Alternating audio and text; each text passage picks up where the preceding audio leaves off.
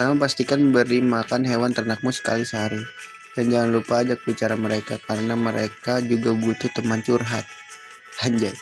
Jika kamu belum akan memberikan makan atau ajak bicara, maka mereka akan stres. Jika mereka terlalu stres, maka mereka akan gila. Sakit. Jika satu dari binatangmu sakit, pastikan berikan obat ke yang bersangkutan. Jika kamu membiarkan mereka sakit, maka makin lama kelamaan makin sakit dan mati. Pastinya kamu tidak menginginkannya seperti itu kan? Jadi pastikan semua hewan ternakmu hidup bahagia dan panjang umur ya.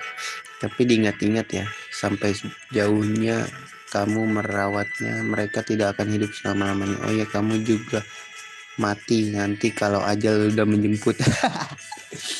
Ini emot-emot ngeselin aja. Titik 2 V anjing.